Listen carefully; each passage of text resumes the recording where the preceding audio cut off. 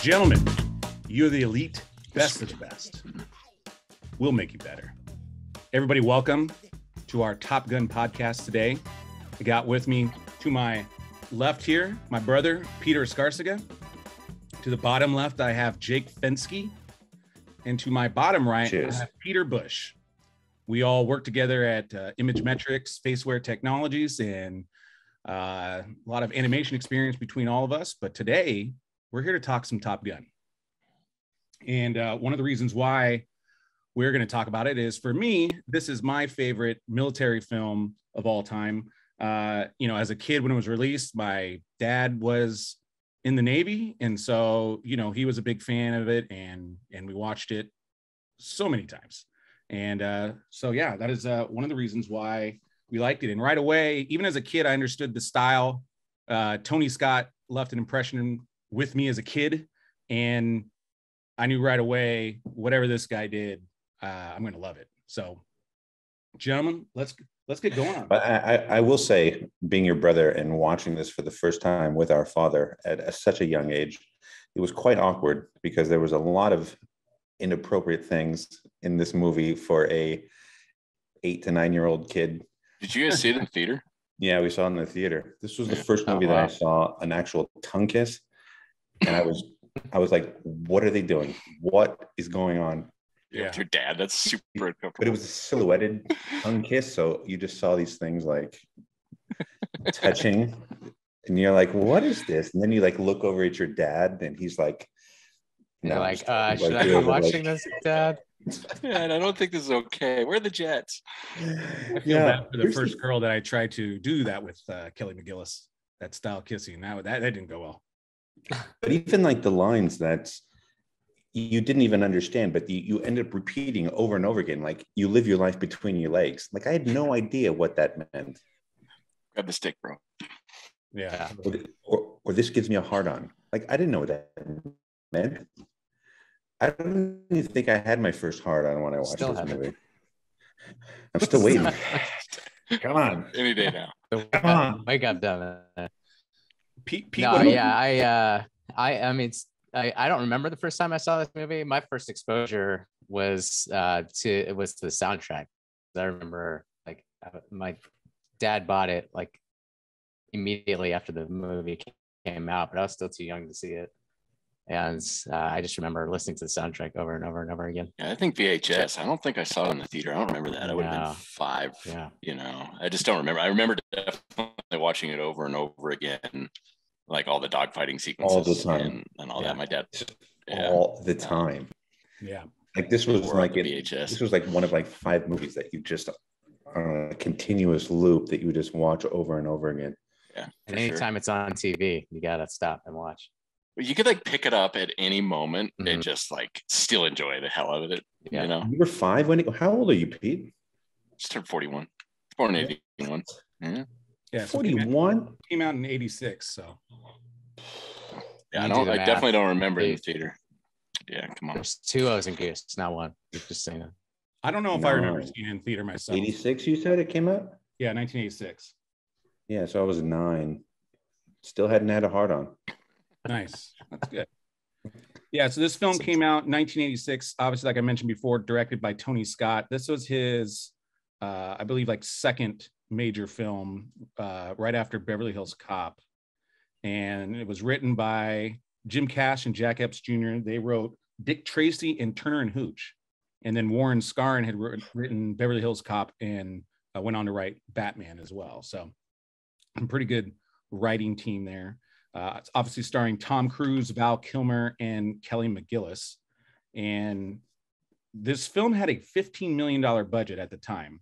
Ended up making $180 domestically, $357 million worldwide. And this was the highest grossing film of 1986. And Roger Ebert gave this 2.5 stars. And he said, movies like Top Gun are hard to review because the good parts are so good and the bad parts are so relentless. So that was Robert Ebert, no offense, God rest his soul, but his reviews of amazing movies are ridiculous. sometimes. There's no bad parts of this movie. I tend to agree with Mr. Ebert. I think he was right. I don't even know you. I'm gonna have that take. Just forewarning. You guys keep rolling. Okay. I mean, this is just a movie you fasten your seatbelt on, and you don't get caught up in too many of the details. This isn't an Oscar-winning film. You know what I mean? I can't wait to hear Pete's take on the bad parts. Oh. Yeah. No, but I agree with Paul. It's entertainment. It's not supposed to be. This isn't supposed to be an Oscar-winning film. It's just supposed to be fun to watch. Popcorn flick for sure. Yeah. Variety gave this an 80. Okay. Set in the world of naval fighter fighters, Pick has strong visuals and pretty young people in stylish clothes and nonstop soundtrack. I think that's a fair. Yeah. That's a more fair, I think. I mean, first hot take, best soundtrack of the 80s. I mean, whew. Yeah, it's up there end to end for sure. I mean, Kenny Loggins, the undisputed king of the 80s soundtrack. I mean, yeah. If you had a movie in the 80s, it's like, can we get Kenny? I'm putting Rocky IV above Top Gun, but Top Gun's. I was literally listening to it all day to get pumped up. Rocky IV is the go-to workout. Contender. Yeah, that's the go-to workout album for sure. So we're all Kenny Loggins fans here. Where would you rate Danger Zone in the Kenny Loggins? I mean, Kenny Loggins was the soundtrack for the 80s. Out of all his other movie songs, where would you rate Danger Zone? Of only movie songs? Off the top of my head, I'd have to put it 4 or 5 because I think for me, really? there's several. Playing with the Boys to me is number 1.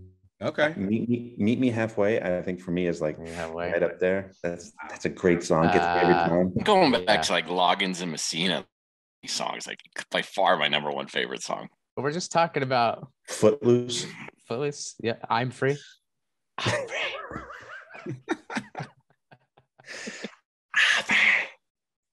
No, the Danger Zone for me is for sure number 1. I mean, Caddyshack, dude. I'm all right. I think that's probably number 2 for me. Oh no, Playing with the Boys is probably number 2 for me, and then Caddyshack's number 3. Meet Me Halfway is probably 4 for me, but Danger Zone was certainly the most impactful because of the way the movie starts off with that kind of amazing sort of music, kind of sets things up. It sort of sets up what's going on the craft carrier, and it gets everything kind of, the whole mood is there, and then all of a sudden the engines start and that thing starts going, then bam, it's Danger Zone, and you're pumped right off the bat. Yeah. It's memorable. It gets you going. There's no doubting that. But Meet Me Halfway that's my jam. I love how it's set up. I just want to hug people. I love how it's set up because I'm a big fan of titles to set up a movie, and then again coming with that kind of like soft music with the bells, like ding. Like for me, it gets you. You're just like, okay, what is this? What are we watching? And then boom, boom, facts, and then like Pete's saying, it comes in with Danger Zone hard, and then you're on the aircraft carrier, a lot of smash cuts, and all of a sudden you're on the plane. And we hadn't seen a film like this. I mean, obviously we're 5 years old, so we hadn't seen a film like this, but the world really hadn't seen this kind of a fast-paced film with this kind of style, from the get-go like this. And so I think again, Tony Scott really kind of set the stage for what we're going to watch in the next 2 hours.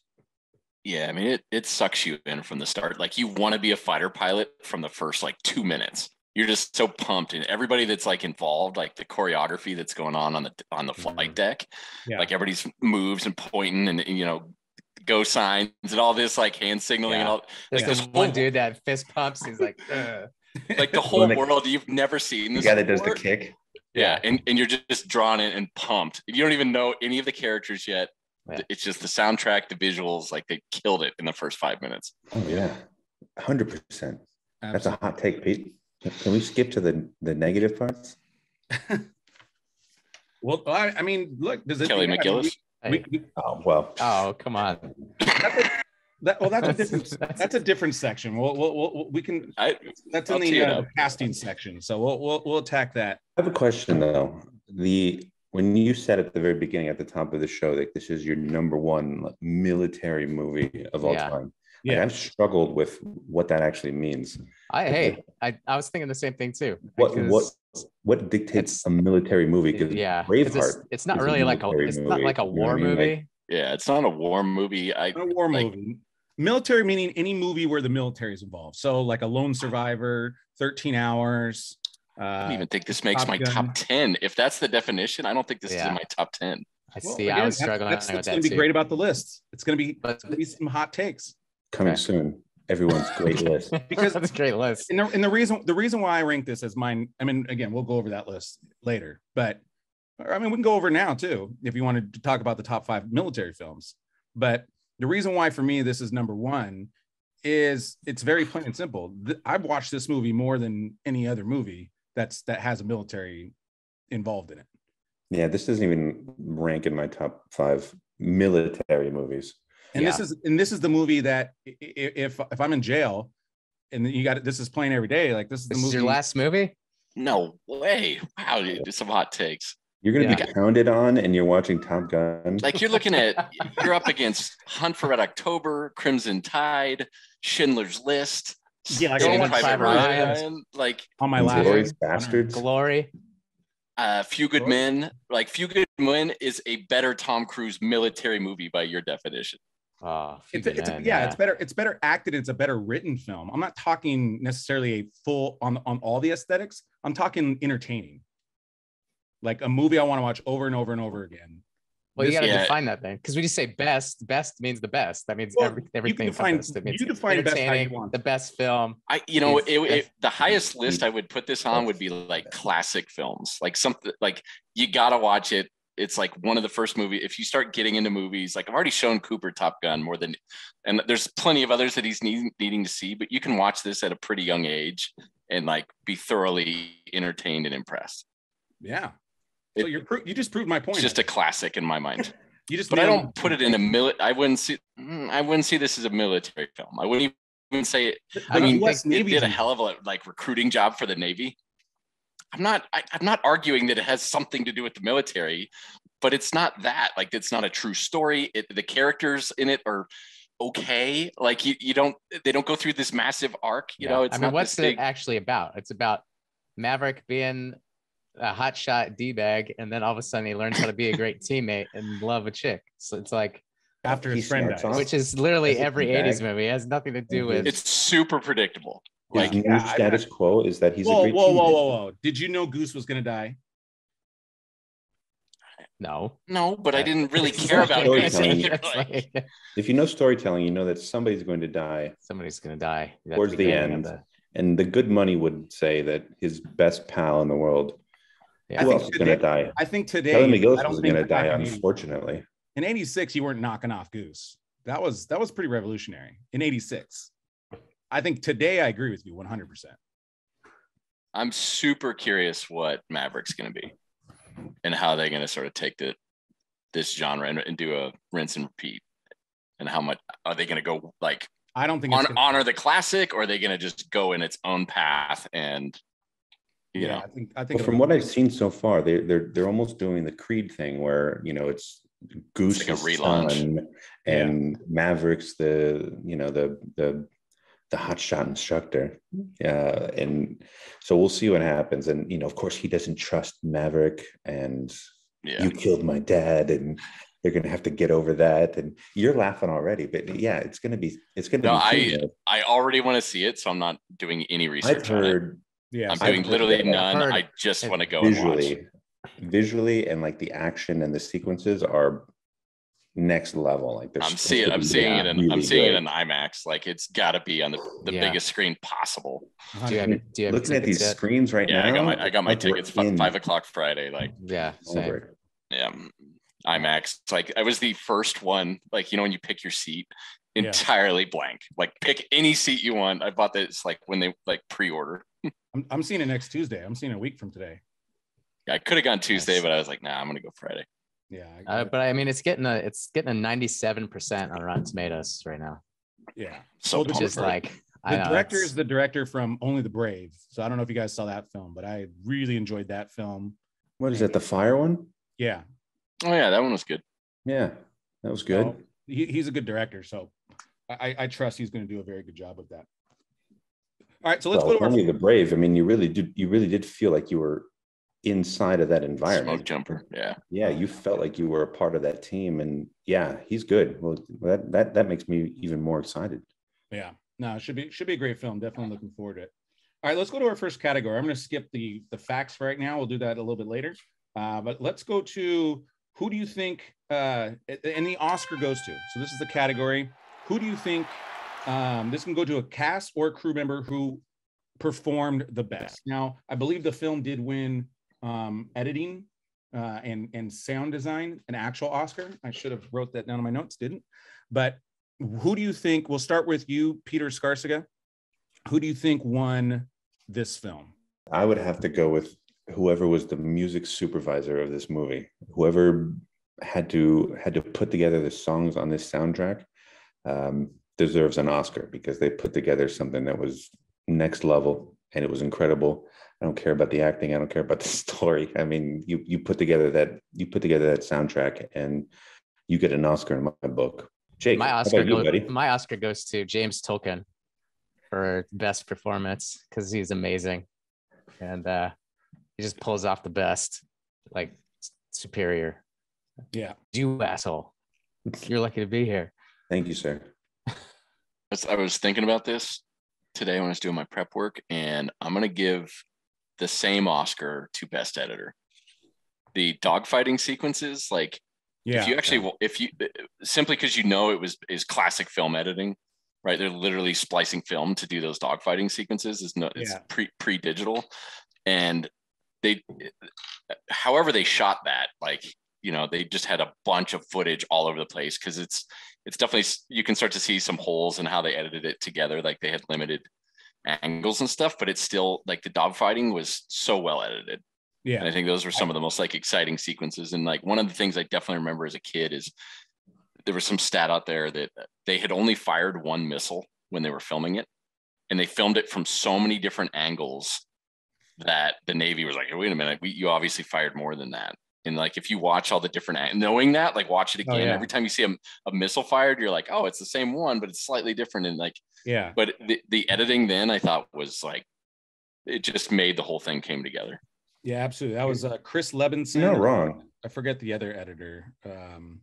Chris Levinson, though, would go on. I mean, like you're saying, Chris Levinson and Billy Weber.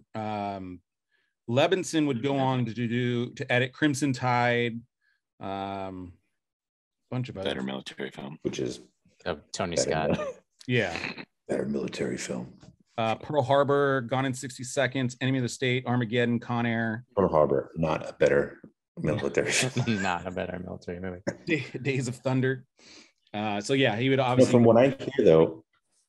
what I hear, and Pete, I think you are right that the editing, what they did was incredible, because from what I understand, they didn't have a ton of time and resource to actually film those scenes with those planes from the Navy. So they were so limited, and so they had to be really creative, not only when they shot it, but also when they edited it together. So like, you followed the dogfight, right? Even the like inverted whole sequence, like he moves in, he flips upside down, and then you can see it's like composited when they're super close, and it's kind of shitty now, but like that all worked.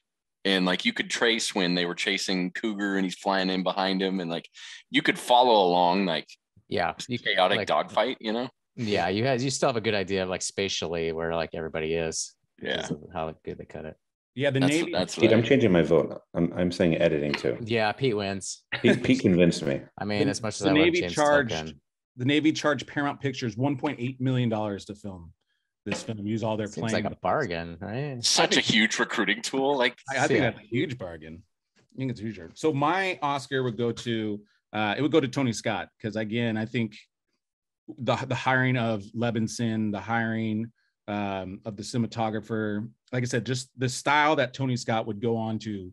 This started his career, and the way he would color shots too, which back then there was no color grading. That they would actually shoot that on the lens. Those would be lens filters. With the kind of the orange sky. He started kind of a different kind of visual look that had never really been done before. So Tony Scott gets mine, but I'll agree. It's a good one. Pete's the winner today for Chris Levinson. Is that well? Yeah, but Tony Scott had a very specific style. So this movie definitely set him up for defining what his style is. Absolutely. Who won Best Director that year? Because Platoon was the same year, right? It's 86 and won Best Picture. I don't know who won Best Director that year. Let's look that up. Looks like Jake's on the case. Yeah. See, that one's on my list. So is Predator. Look, Predator's a military movie. It's clearly better. Oh no, that's Best Picture. Sidney Pollack won it for Best Director. So yeah. Out of Africa, please. Out of Africa. Anything with a gun in it is a military movie, apparently. Yeah.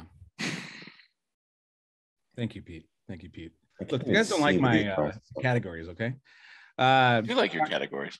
So we'll move on to the next category, which is the Get Me Ari Gold Award for different casting. So Pete, this is where you can lay down your hot take. But everyone, be quiet. Sheedy, about to go off. Yeah, Ali Sheedy turned down the role of Charlie because she didn't think anyone would want to see a movie about fighter pilots, and she later regretted that decision. Tatum O'Neal, Jodie Foster, Daryl Hannah, Diane Lane, Sarah Jessica Parker, and Linda Hamilton all turned down the role of Charlie. Carrie Fisher was also considered for the role. Linda Fiorentina told Charlie Rose that she turned down the role of Charlie Blackwood because it glorified war.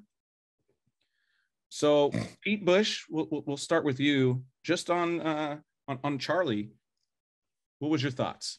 I didn't get her. Like, I didn't think she was equivalent to Tom Cruise from a hotness standpoint. Like, he was like the shit hot fighter pilot, and you just wanted, like, he was so cool. So cute. He should get the hottest girl that's possibly available because he's a fighter pilot, and he gets Kelly McGinnis. I didn't think she was even attractive.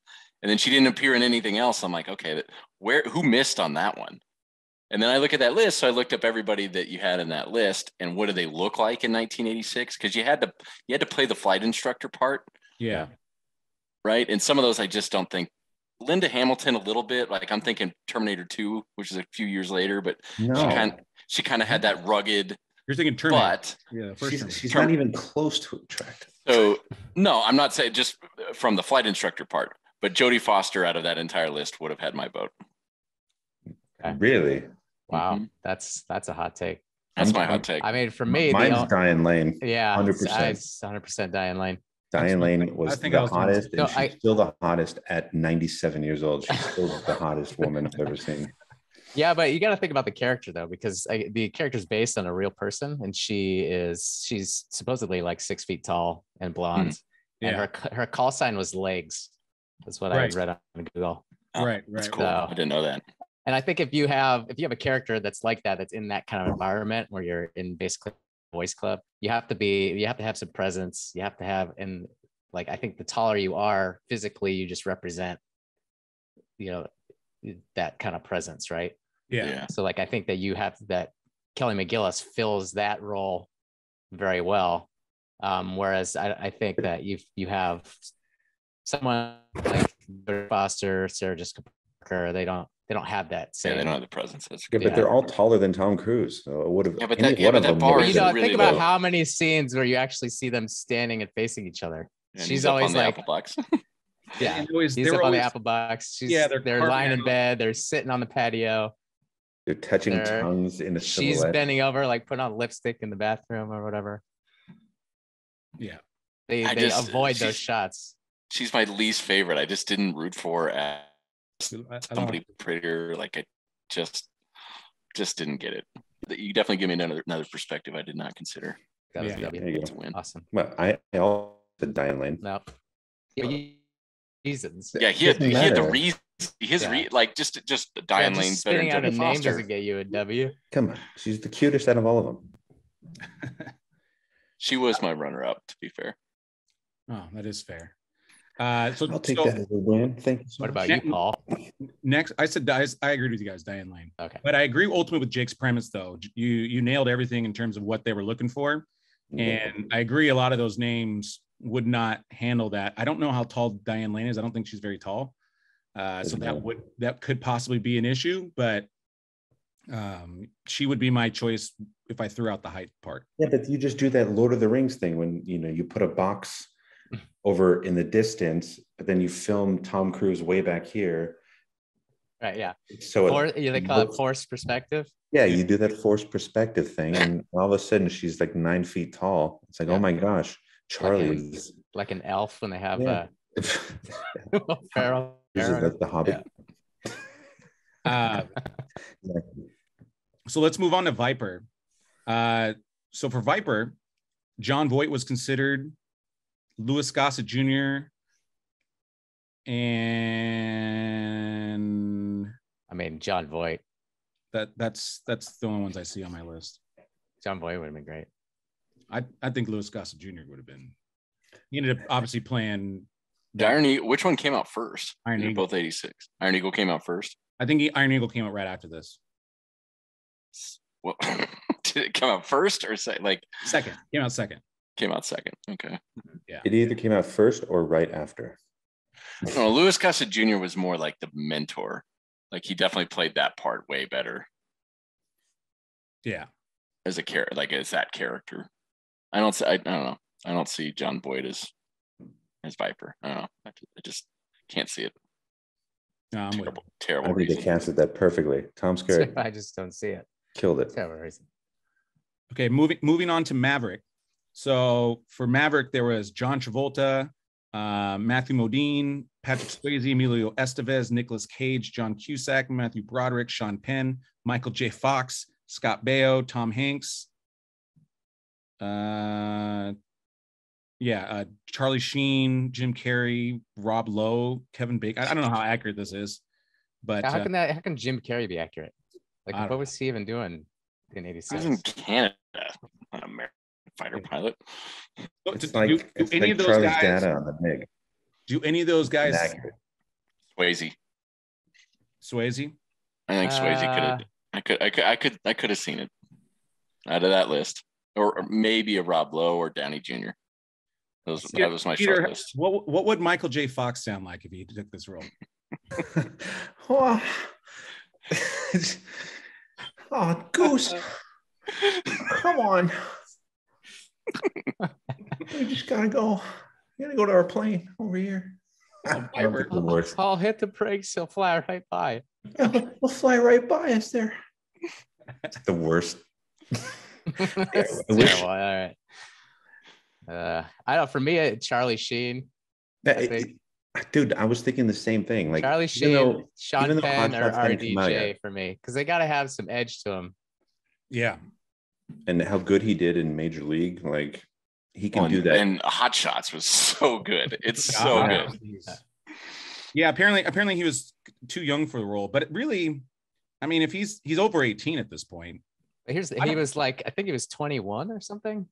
But yeah, if you look like amazing in Platoon. So some of these guys are like 23, 24. Yeah. And you're like, there's not much of a difference between 21 and 23. Like I would make a case for Robert Downey Jr. now that I've seen him as like Iron Man and being incredible. That's true, yeah. But like in the 80s, back then, it was not. I wouldn't have given him my vote. But if I could go into the future, he was a bit of a wild card back then. He was kind of a loose cannon, like kind of quirky. He didn't have he was cool, but I think he would have been a different Maverick for sure. But kind of that you don't know what you're gonna get, and you couldn't trust him. Like he was a little rogue. Yeah. I even think that Rob Lowe would have brought a level of sexiness, and I don't think you want sexiness. I mean, you obviously do, but I mean, I don't know if Rob has enough edge. That confidence. But every guy who was cast in that Top Gun school was a good-looking, sexy-bodied, fucking perfect, awesome dude. Right? You can cuss. There's no cut that. He's like Tom Hanks. How bad that would have been. Like if I could do like a John Travolta impression, I would do it. Because it's so bad. I don't know, John Travolta. He was and Staying Alive, maybe at that point. Like, what else did he do back then? Staying Alive, Saturday Night Fever, whatever. I had a name. One of them disco ones. I think Tom Hanks is really. I don't understand that at all.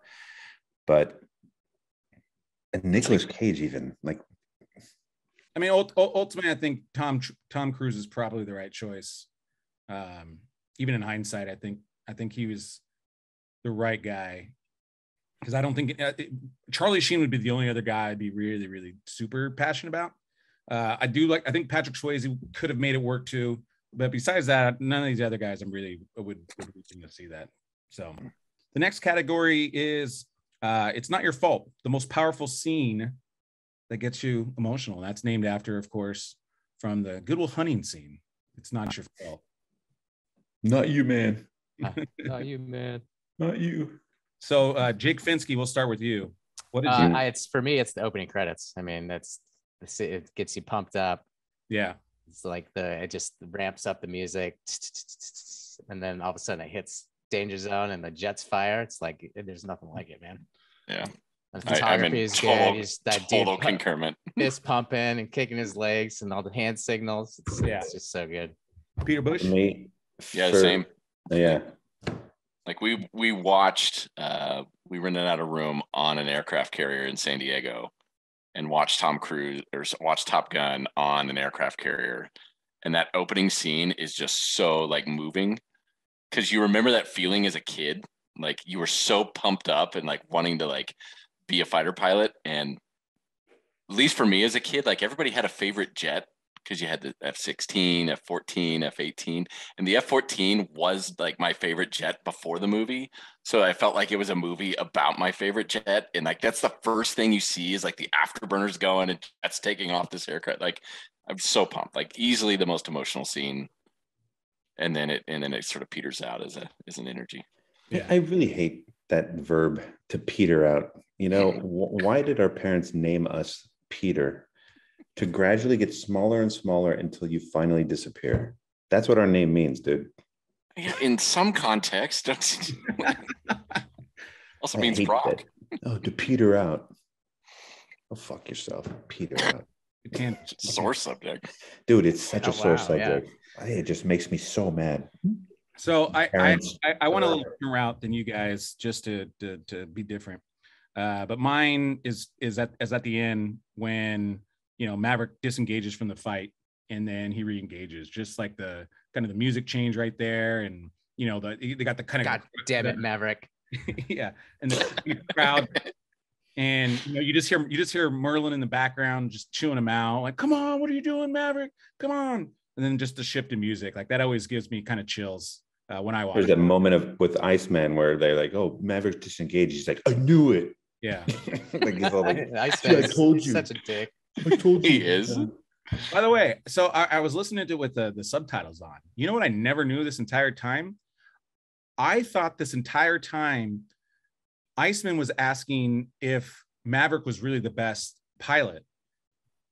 And what he's really asking for is if he's the best backup plan. I had never known that, because I noticed that too. Back off gets cut off. So you just hear, is Maverick really the best? And then he's like, I know it's on your mind. Don't worry about it. And I'm like, wait, I always thought the same thing. Completely changes the whole context of what I always thought the scene was about. I always thought he was asking about, is Maverick the best pilot, or am I the best pilot because he's so insecure? But he's asking, is he really the guy I want as my backup plan? As my backup? That's what I thought it was. Yeah. Yeah, I thought that's what I thought it was. Yeah. You're agreeing with us, or you're saying the backup? I'm saying the opposite. Yeah. Yeah. Heard it for what it I think was intended to be. In the best emotional states, they'd be going up and being I never picked that up. I literally picked it up on this time. Aren't you two like so smart? Okay. On the things that I've never picked up, I told you, I told Paul this already. When Goose dies, I assumed that when they were like remember the scene when they're lifting the body like out of the water? Mm-hmm. I thought that was Maverick. I thought Maverick was so like dejected that his buddy died that he's just hanging there, just like, oh, life sucks, you know. He's just been pulled up, and like it wasn't until like last year that I realized, oh, it's dead Goose, like Goose. Yeah. No, I never misinterpreted that one. Yeah, sure. It just got in my head. Oh, you're so smart. Yeah. For me, because of the subtitles, just like you, Paul, is that splash four, splash. It's scratch one. Oh, like really? See, I didn't know that. That's I learned. I always thought it was splash. That's what I thought. I thought it was splash too. No, it said splash on my titles. Really? Yeah. No, it was scratch on mine. Hmm. And if you listen to it, Maybe it's one of those like things where if you have two words in front of you, and if whatever you're looking at, that word, that's the one you hear, even though it's different words. Huh. Regardless, my most emotional scene. You already said no, I didn't. Oh, I thought you agreed. Go ahead. Then tell me what is my most emotional scene? Well, you said educate me. Peter, what's your most emotional scene? Oh, it's funny that you ask. Thanks for asking. Yeah, thank you for asking. Mine is Meg Ryan when she's like, he would have, whatever, no matter what you guys would have done, he would have done it with you. And then you have that music by Harold Pfaffenbach. Faltermeyer. Yeah. Pfaffenbach. Not Nina Pfaffenbach. From Eagle River. Eagle River. And she was telling him to move forward in a way, and it always got me, and you have that music. And I remember one time Paul and I were driving around. He got in the car with me, and I turned on my iPod, and I had that really sad music from Top Gun. That I have that on my iPod, and it pops up, and Paul's like, "What the fuck are you listening to? Like, what is this?" I'm like, I just love it so much. That song hits me every time. Yeah, and it's so sad, and it's so perfect. I mean, because Goose. I mean, imagine at that age you lose your best friend. It's horrible. Well, and had that too. Like just the scene itself. Like he walks into that room, and you see Meg Ryan lounged on the back of the chair. And the kid. You see the kid by himself, I'm crying right now. And it's like, yeah, that actually probably is a little bit more than the other one. But Thank you. Just again, because Maverick's already dealing with it because obviously he experienced the actual death with him. And then, again, now you can't stand on your plane. Yeah, what's Pete, happening here? Pete, what are you doing? You're gonna make the balance go. Yeah. We'll cut that out. Editor's note. Cut that out. Dude, that's like one of those wing walkers, like those daredevils walk on the wings of planes. That was It looks scary. like it would be American jacket. I was nervous. Like Super Dave. All right, so we'll move to the next category, which is Ma the Meatloaf, the funniest or best scene that makes you feel good. So again, more on a humor, a lighter level than the last category. I think me and Jake have the same one on this one. We'll start with okay. Peter Busch on this one. Peter Busch. A lot in this one. I'm going to go with You've Lost That Lovin' Feeling, because to me, it's a classic scene in a classic movie. Can't argue with that. Yeah, no Can't argument. argue. Jake, Timeless. For me, it's Iceman's teeth chop. Because like, what kind of response is that? So good. So that's right, Iceman. I am dangerous. Chop. Yeah. Oh yeah. He should go to the best actor just for that chop. I mean, the decision, that's not in the script. Like that gotta be improv. It's total improv. Yeah. He's just a dick. Yeah, it says in the script, Maverick. Yeah, that's right, Iceman. I am dangerous. Iceman chops his teeth aggressively. I love it. Pete, what's your scene? Yeah, well, Pete, what did you think we were gonna? I was wrong. Me and Jake aren't the same. Mine is the whole the back and forth when it's like, well, we. Thank you. That's so good. A good one, yeah. That whole scene, like I've never seen a scene like that, especially at that time. I never saw a scene where two guys were so in sync. Yeah. Like almost like they had always rehearsed it like their whole life, just like the You've Lost Your Love and Feeling scene where it's like they've done it a million times since puberty. Yeah. It's like they've had conversations like this forever. And I think that these two the chemistry was really good in it. They really pulled off this thing where you can tell that they were best friends forever, and it was so funny. And even the bullshit and everyone laughing around them, and even Kelly McGillis, who Pete hates, even her reactions to everything were just classic. I know the bird goose. Yeah. Oh, sorry. And it all leads right up to the bird, which is like the best thing. I hate it when it does that. Well, Val Kilmer apparently improvised the bullshit line. So all them laughing that's all real. That's their real reaction. So I thought that was an interesting little tidbit. I would have been laughing too. So I'm gonna go, just to again be different than you guys. I'm gonna go the volleyball scene, just because not just because of its homoeroticism, but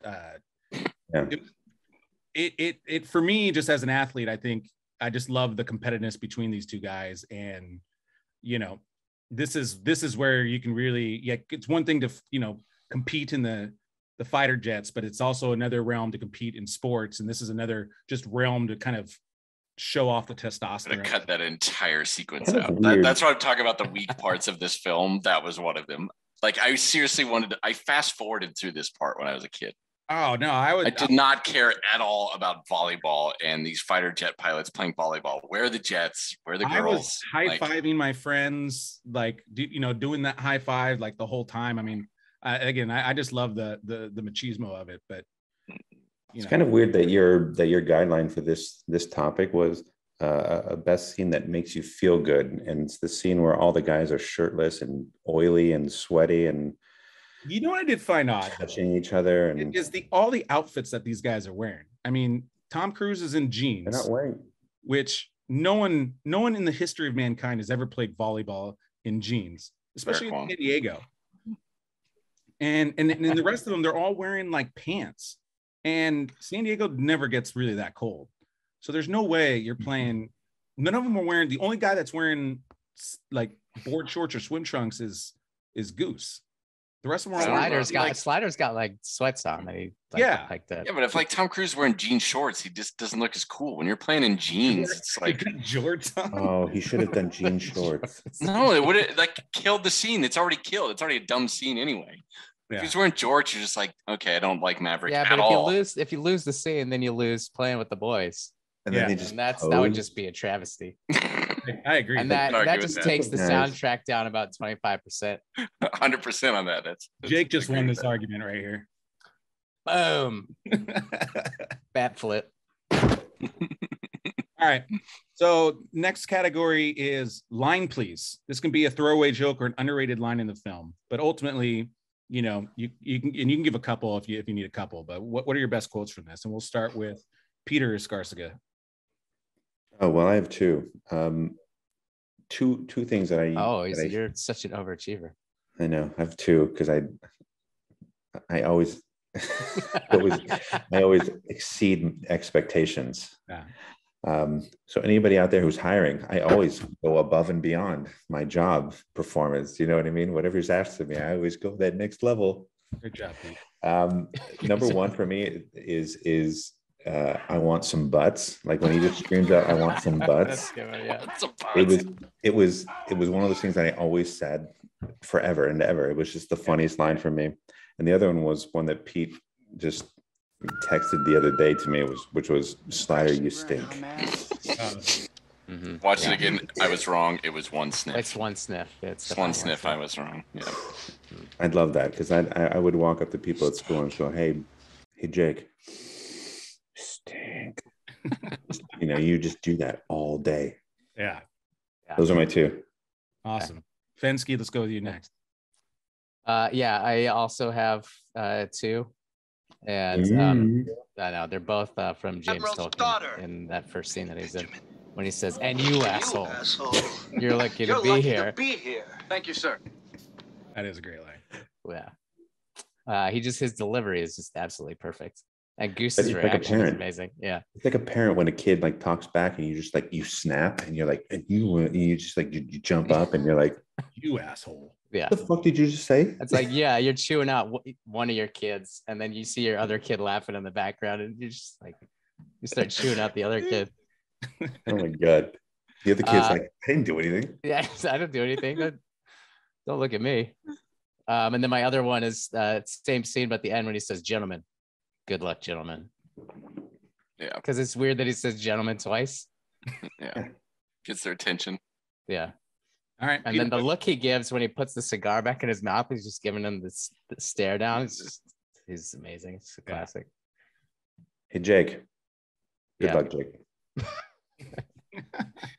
Peter Busch, what do you got? I go back to, I don't know, you can't call this really underrated, but we were inverted with the hand motion. Yeah. No, that's a great one. I probably used that at least several times a year since 1986.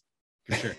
And I'm trying to think of like what context I use it in. It's like that throwaway line because we were inverted. Like it just kind of a curveball line. Yeah. And only the people that know the movie will totally understand what you're saying. And then you immediately gravitate towards those people. Like, I can hang out with you. Yeah, exactly. So maybe from that regard, it's underrated. Yeah. Any other ones for you or no? No, just that one. Yeah, all right. Just underachieving. I had Slatter You Stink. And then the other one, I have the song itself just because, like Pete was saying kind of earlier, it's just such a classic scene where, I never knew that song before this movie and obviously went on to sing this 1,000 times. And yeah, I always love that. And then just the bullshit line too. Bullshit. I mean, again, we'd use that all the time too. So those are two of my favorite. What would you say is the line you quote the most in everyday life? The gentleman, good luck, gentlemen, is up there. And it is, because that applies to a lot of different cases. Yeah, I want to say the inverted one for me because that was inverted. I agree. I say that line just as a test for people. Inverted. Like if I'm in a group of people, I'm saying, oh, if the answer is because it's bullshit, I say, well, because I was inverted. And then somebody there is like, gets it. Totally. And then I hug them. And then we play volleyball in pants. Jeans. In jeans and no shirt. It looks nothing like the movie because it's like these bodies are like just so gross. Mm-hmm. We all don't look like Jake, who's all swole and chiseled and shit. Okay, so the next thing I want to do, since nothing, nobody. All right. Wait, what happened? Nothing. Talking about Jake's bod. Did you just get your first heart on? Yeah, I think you did. Yeah. It got really quiet there and weird for a second. Oh my god. Oh my god. Are you guys in the same cockpit? Cockpit. I'm his he's my ROI. Is that what it's called? What's Google? No, it's ROI. It's ROI. No, it's an ROI. Or is it IRO?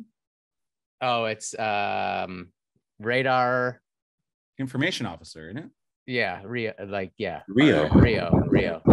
Oh yeah, because even that was the other line that I learned in this one too. Because if you don't get your reel, on the aircraft carrier, like call me anytime. And I always thought it was like your reel, like your catch or whatever. So yeah. I always thought he said rear, like the person sitting behind him. Yeah. Subtitles adds a whole nother. You're thinking about butts. I want some butts. I want some butts. I was thinking rear because it's behind me. Yeah, that was the other thing. Okay, so this is not really a category, but that line that Viper gives to Tom Cruise, where if they don't assign anybody, give me a call, I'll fly with you. Like, you're going to be in San Diego.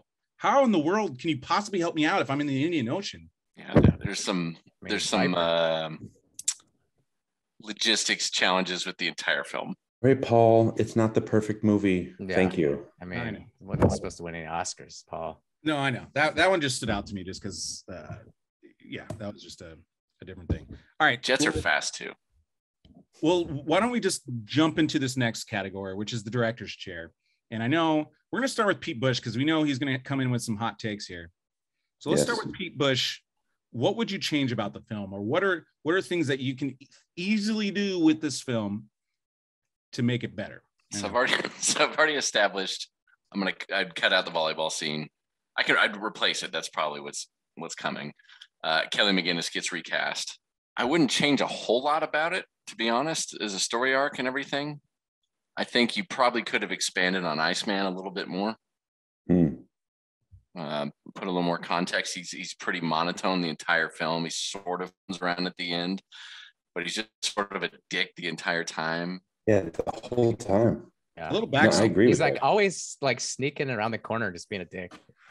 Yeah, I actually like that. Who was showboating with this MiG when you were hot shotting with this MiG?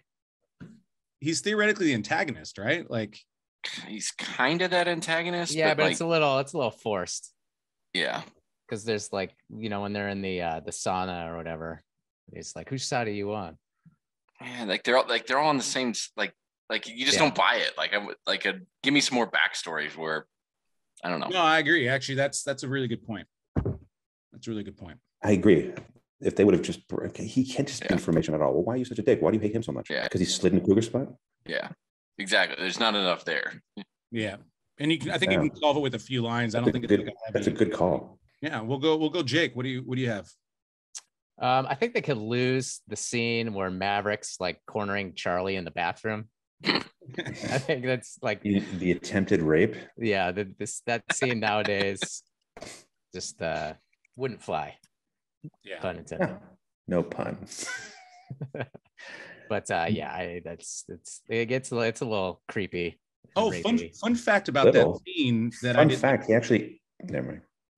Fun fact that I didn't know about this is, so the old guy, quote unquote, he is the actual Viper in real life. That old guy. Oh, that's right. I saw that. He's Pete. She was meeting with at the bar, right? Yeah, he's Pete Pettigrew. He's the real Viper, and he's an actual Top Gun instructor, and he was the technical advisor for this film. I thought that was super fascinating. Well, she was about to make a big mistake with him. And he shot down a MiG in Vietnam.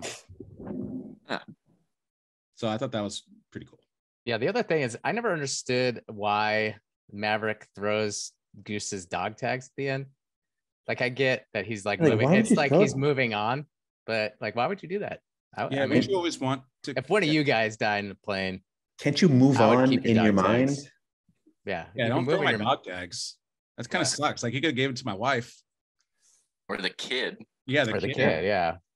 The deleted scene is he actually takes Meg Ryan and throws her off the end of the aircraft carrier. I'll miss you, Goose. There's your wife. Now you're together. Once again. When the DVD, was there ever a deleted scene that came to life? Like in a DVD, like special, expanded edition or director's cut or anything? Not to my knowledge. Although I did. So you mentioned VHSs earlier. This film is credited with starting the home video industry, because originally VHS tapes were priced at $100 upon their first release, and they were sold mainly to video stores. And then this film was priced to own immediately upon release, made Pepsi Cola buying ad space at the beginning of the tape. And that's when VHS started being like $20 or whatever they were at that time. So this is why we all saw this as a VHS so early in our lives. There you go. That's cool. I like that stat. What I would change is Kelly McGillis, for sure. I am 100% agreement with that. I would change two things about Iceman. One, the way he walks away in that sauna scene. Like, I would make him reshoot that. Yeah. As many times as possible. So that he like, walks hey, away. Val, please walk normal. Can you just walk normal, bro? just walk normally. Can you just walk away normally like a human being, please? Yeah.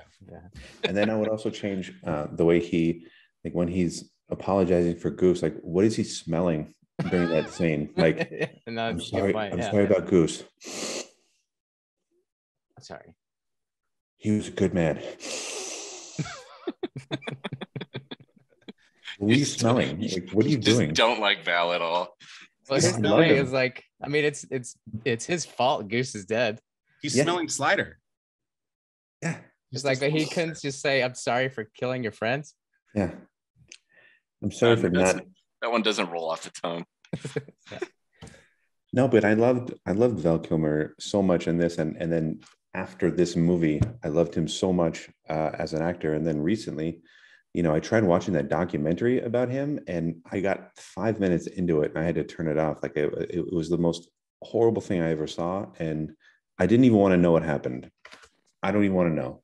It was terrible, and I feel really horrible for that guy. Did you guys watch it at all? No, I never saw it. And I know he has like throat cancer or something like that. I defy you to get through the whole thing. It's a tough watch. Just to hear him like and see what he was, and then you hear how he is. Do you think his character has any mention in the new one? Yeah. Yes, they do mention him. He's in one of the trailers. Yeah, he's the admiral. Yeah, they show his. I haven't seen any of this. I'm going in fresh. Oh wow, okay. That's really spoiler fresh. alert, he's the admiral. I seriously like turn off the trailers because I we should have said spoiler alerts. That's okay. Because the whole thing is at the beginning of the trailer, they say Admiral Kazansky sent you down here to teach the Top Gun students. Yeah. He's so fat and he won't fit in a jet anymore. And he got throat cancer. Yeah, geez, Pete. No, I didn't say that. I just said the guys. obese part. Gosh. I mean, Well, take it easy on the guy. so the main thing is I would have tried the whole ending. I think is just a weird ending because this isn't they talk about every 8 weeks, I believe, they get a new Top Gun class, which means there are a lot more experienced Top Gun fighters. And then for this mission, they send out the new fresh guys that are graduates.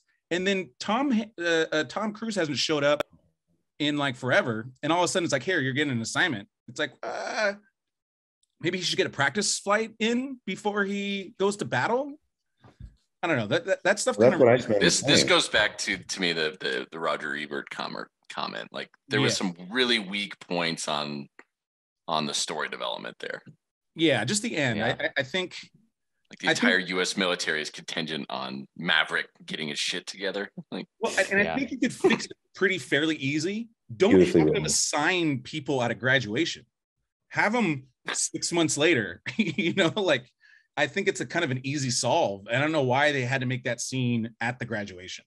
Like I know, yes, you're probably trying to create a sense of urgency, but to me, it's so implausible that, hey, it's graduation, guys. I know we already got 17 classes of Top Gun guys already out there and flying, but let's get these guys out there. That was my only bigger. I didn't obviously notice that as a kid, but they really stood out. And similarly on story points, like at the ends when Iceman says you can be my wingman anytime, and Maverick says bullshit, you can be mine. It's like what that line basically means that he hasn't learned anything in the whole movie, right? Like, because the whole movie is about him learning how to be a good teammate, how to be a wingman, and not be a hot shot. That's a good point. So it's like, even after everything that Iceman had put him through, like if Iceman walked up to me after I saved the day and he's like, you can be my wingman anytime, he'd be like, dude, go fuck yourself. You're not gonna be my wingman. I'm gonna go find anybody else in this graduating class that's much cooler than you. Remind me, what does he say right before that line though? You yeah. they're all like, dangerous. Yeah. You're still dangerous, right? Yeah. You're still dangerous. Yeah. And you're still the dick.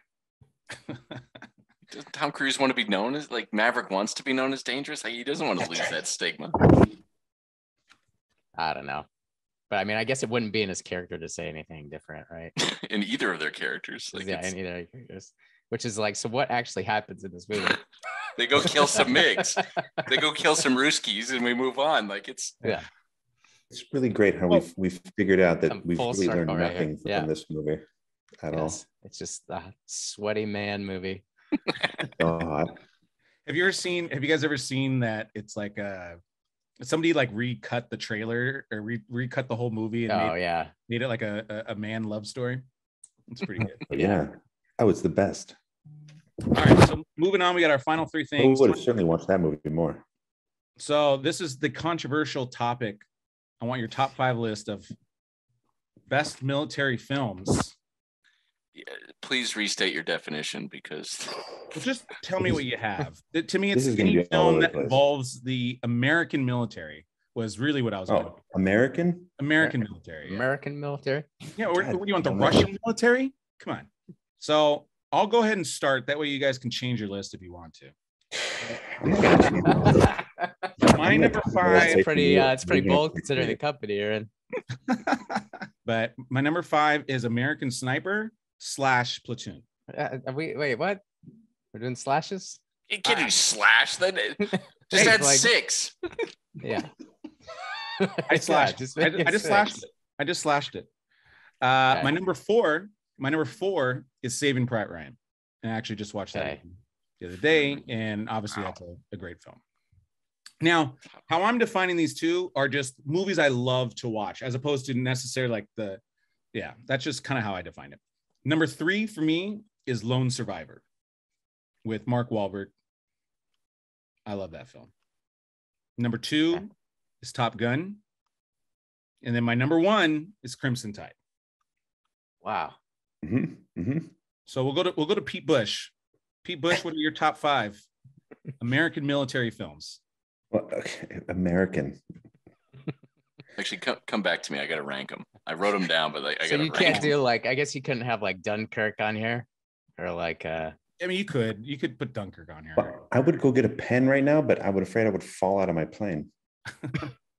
All right, Jake, are you? Yeah, I'm ready. You go next, Jake. All right, give us your top 5 okay military films. And there's zero debate on all of these. This list is perfect. Okay. Coming in at number 5. Good preface too. Full Metal Jacket. Nice. I got number 4, Apocalypse Now. Wow. Number 3, I got Platoon. 2, I got Glory, and 1, Saving Private Ryan. Very good list, Jake. Very good list. So like Top Gun, it probably isn't even in my top 10, to be honest, because I had a bunch in like the 6, 7, 8 range. Yeah, well, I think to Pete's point, is it really a military film? Well, that's 100% a military film. It's the U.S. Navy. Last time I checked, it doesn't have the same like themes as a lot of war films do. Well, it's not a war film. Yeah. It's a military film. That's that's not even a genre. But you can't have a war without a military. You can have incidences because Lone Survivor's not a war movie. This is an action movie, clear cut. It's an action movie, yeah. With the military. I agree.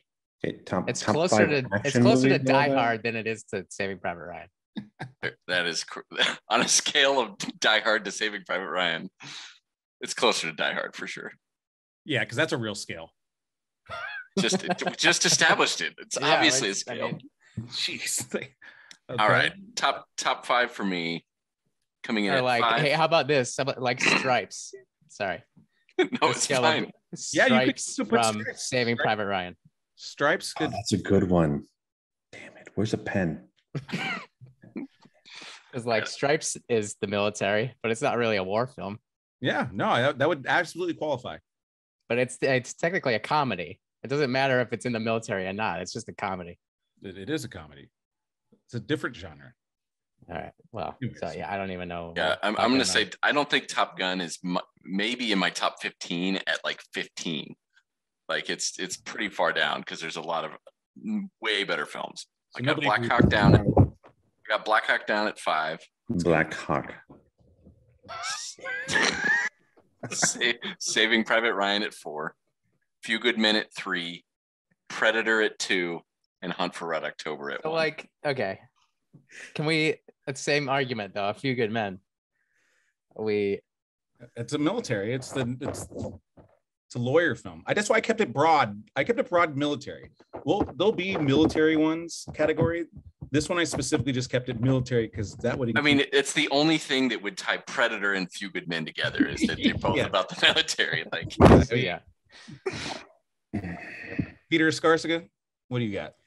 I got to change my number 5 because a military film. You could just do a slash like Paul. Well, like because like war films can be military movies, but military movies don't have to be war movies. Correct. There you go. Yeah, exactly. So you're gonna have Schindler's List on there. You're gonna have 1917. Fury was good. Like, nobody would ever put 1917 on any list ever. 1917 was good. So bad. So good. Okay, number 5, I'll do Braveheart / Glory because Braveheart wasn't American. Apparently, that was a part of this list that it had to be America. Well, it's not even a military, really. It's a Gettysburg's better than Glory. What are you talking about? Braveheart has 2 military forces going after each other. I guess so. Yes. They don't call it military back then, though. No, like I would put, I had Braveheart around 7 or 8 on my list. Okay. So. Well, too bad it's not your list, is it? No, but I'm saying I'm saying I agree with you. It should be somewhere. Okay, so Braveheart / Glory, because that's from America and it's great. Glory's like the third. Lord. It's like the 3rd best Civil War film. Are you serious right now? How dare you? What's the other one? Yeah, what would you say the best Civil War film is? Yeah, what's a better Civil War film? Gettysburg was way better than Glory. No, made for TV movie? Gettysburg is as Wasn't long as the made for actual TV. war of Gettysburg.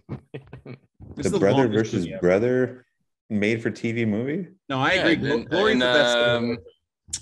What's the other one? Cold Cold Mountain. Cold Mountain. Yeah. Oh, dude, Glory is Come on. not. Glory is way better than Cold Mountain. Get out of here Like with that's I that. just the didn't same buy thing. It's Matthew not- Broderick. He's such a wiener. Like it just, I don't want to.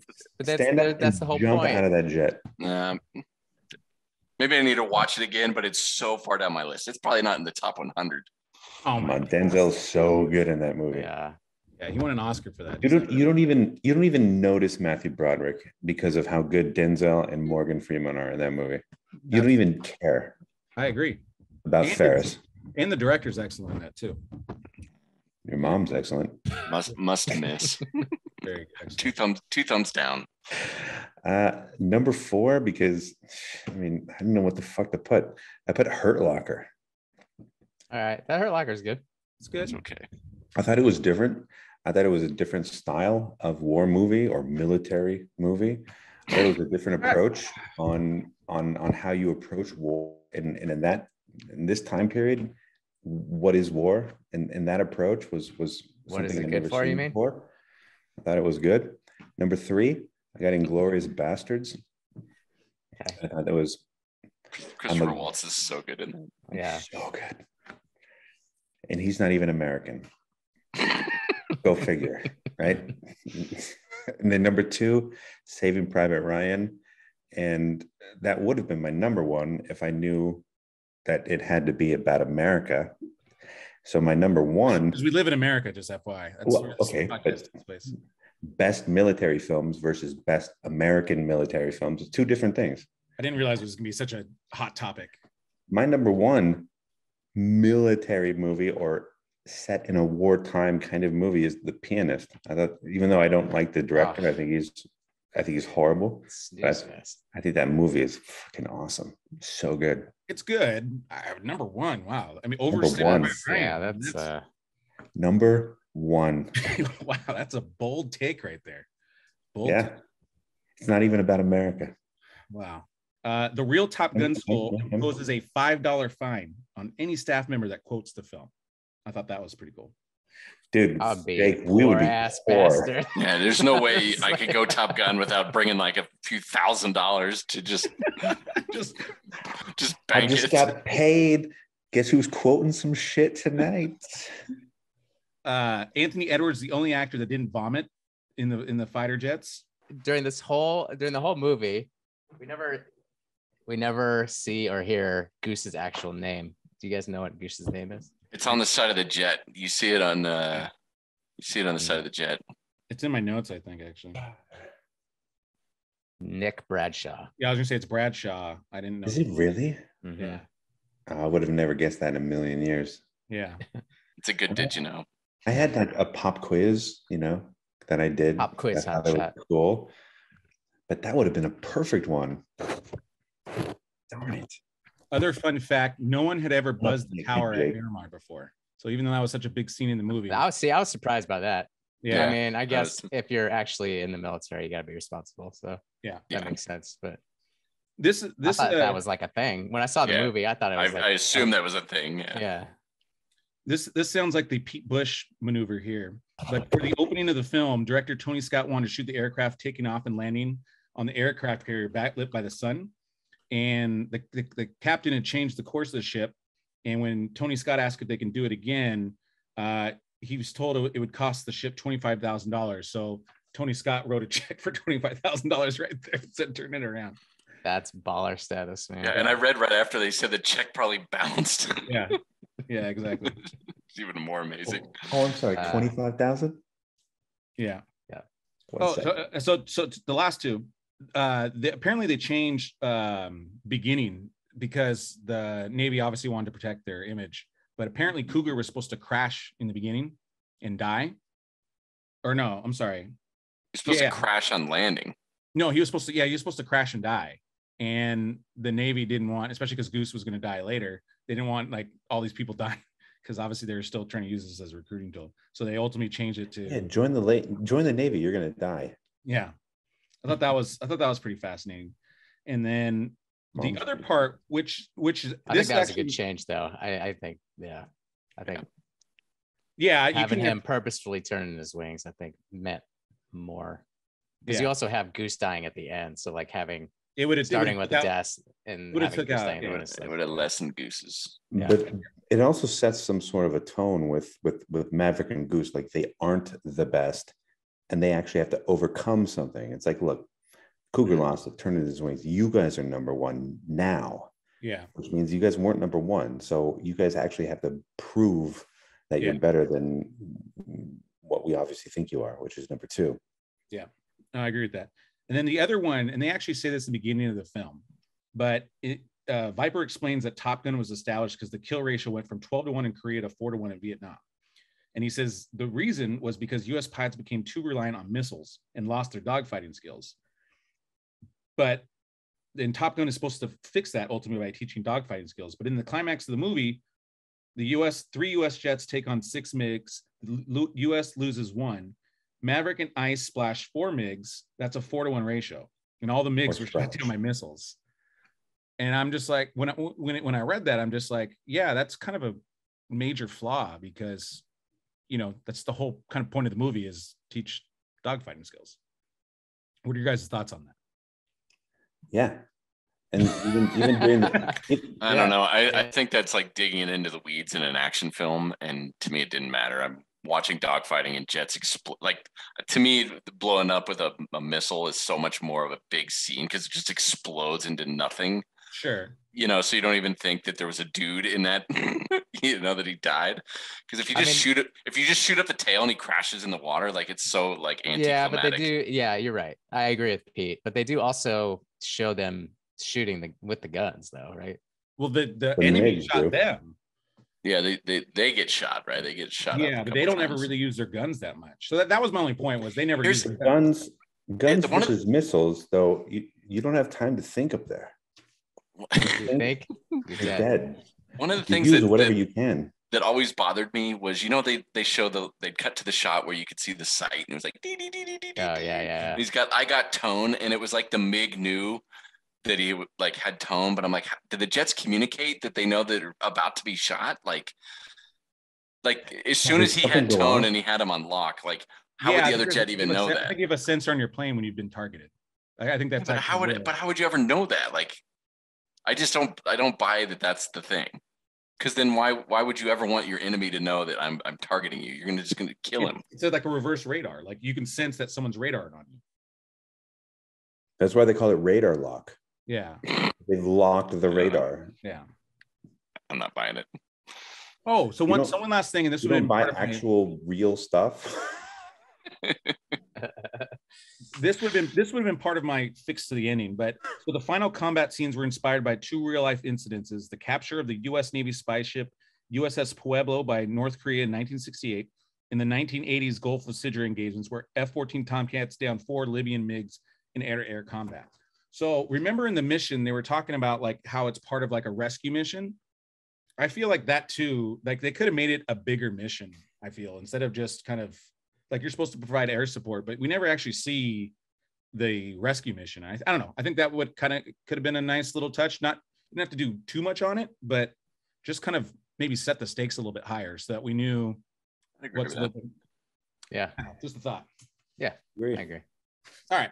So two more categories here. You said two more ago. Shut the fuck up. I'm just saying. We have top 5 Tom Cruise films of all time. So you'd put Top Gun on this for Tom Cruise? Like, there's no way this makes a top 5 Tom Cruise list. Are you serious? No, but just absolutely it does. No way. These are the top 10 Tom Cruise American movies. Yeah. What are you? What do you have on your list? Top 5 Tom moves. All the right moves would be up there. Here, hold on a second. There's no way you're younger than me, dude. You got Taps on there? No way. Taps. Let me get the Mummy, list. Don't you? But the Mummy. A Few Good Men would be on there. Magnolia. I put Pelican Brief higher than Top Gun. Oh, get the fuck out of here, Pete. What's wrong with you? Pelican. What do you watch? How many times have you watched? You mean The Firm? Firm. I didn't even have the. Tom Cruise, Julia he was Roberts. so good in The Rainmaker. You guys see that one? Yeah. Whose turn is it, by the way? What are we We're doing? waiting on Busch. Wait on Yeah. the list. Okay, so number 5, Pelican Brief. I Waiting got for Pelican Brief to. Number 4, The Goonies. He was so good as a kid actor. Outsiders. I got Jerry Maguire. I got The Firm. Those are good. I would put Collateral up there. Collateral? I just really enjoyed Collateral. I don't know. Thought it was there. And Edge of Tomorrow. What? Mm-hmm. Edge of Tomorrow's number 2 best Tom Cruise film. No, this isn't in any order. I'm just going through his filmography. Oh, you don't. I even like American Made better than Top Gun. American Made's pretty good. Why are you so anti Top Gun? Yeah, what's wrong? I'm not anti. I just like. Dude, your shirt says Top Gun's the number 1 movie of all time. And I love how you said it's a great action movie. And look, in my mind, it's a great classic action movie. I don't think it's a great Tom Cruise movie. Like, there's plenty of one. How does that even? Yeah, but like most, I can't even like put that equation together in my head. Most of the one-liners are not even him. It's everyone else has good liners because they're all better actors at this point. He just plays a cool. Think of all the lines you know, but it's not Tom Cruise lines. Fly right by. I was inverted. I just. And there's so many other movies I like him in. He is the star of the film. Yeah, I picked up on that. Did you? I don't think you did. I'll have you know that when I fly, my crew and my plane come first. I don't know. I enjoy him in so many other films than this one. Okay. He sets a high bar. Like, it's hard to name. He's got a lot of good movies. I'll give you that. He's got a lot of good movies. All right, let's go to you. This is a good movie. It's not top 5. Okay. Again, my list is perfect and undisputable. Number 5, Far and Away. Wow. Jesus fucking Christ. Number 4, the first Mission Impossible. Okay. Yeah, so good. Number 3, Jerry Maguire. Yeah. Number 2, A Few Good Men, and number 1, Top Gun.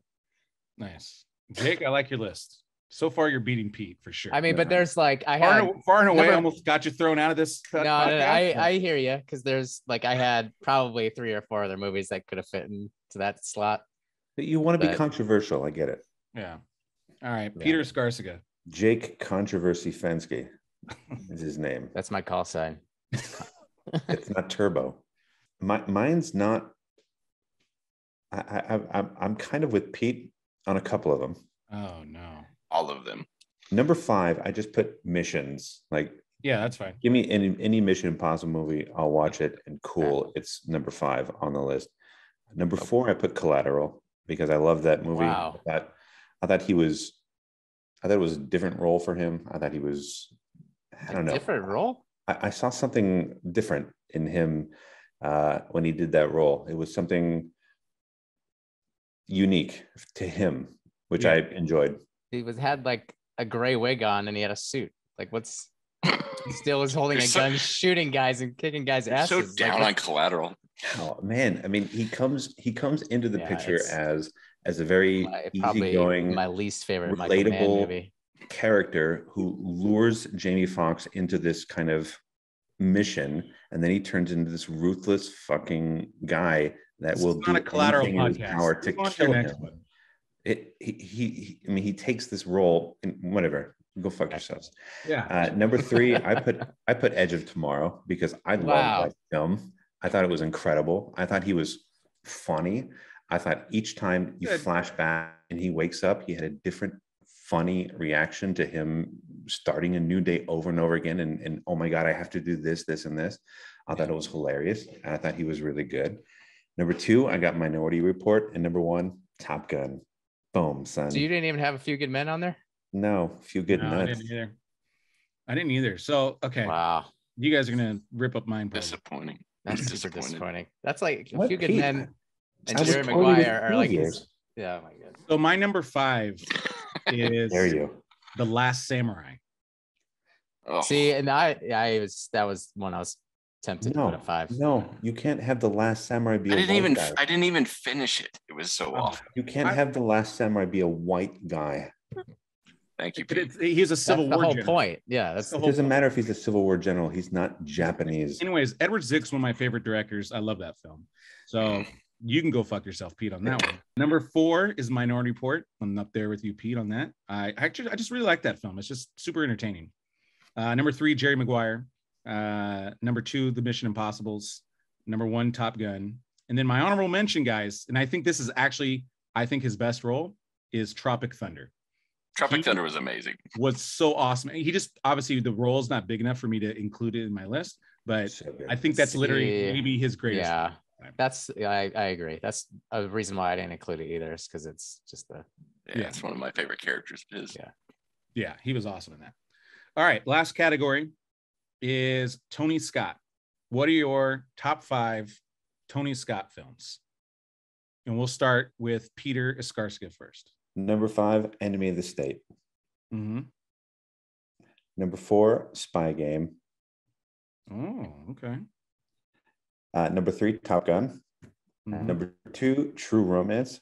And number 1, which is like one of the best movies of all time, Crimson Tide. Yeah. Okay. Yeah. Jake Fenske, what do you got? Also have Enemy of the State at number 5. Mm-hmm. I got True Romance at 4. I got Man on Fire at number 3. Mm-hmm. Mm-hmm. Crimson Tide at 2, and Top Gun at 1. Oh, nice. Very nice. Mm-hmm. Hey, Pete. I concur.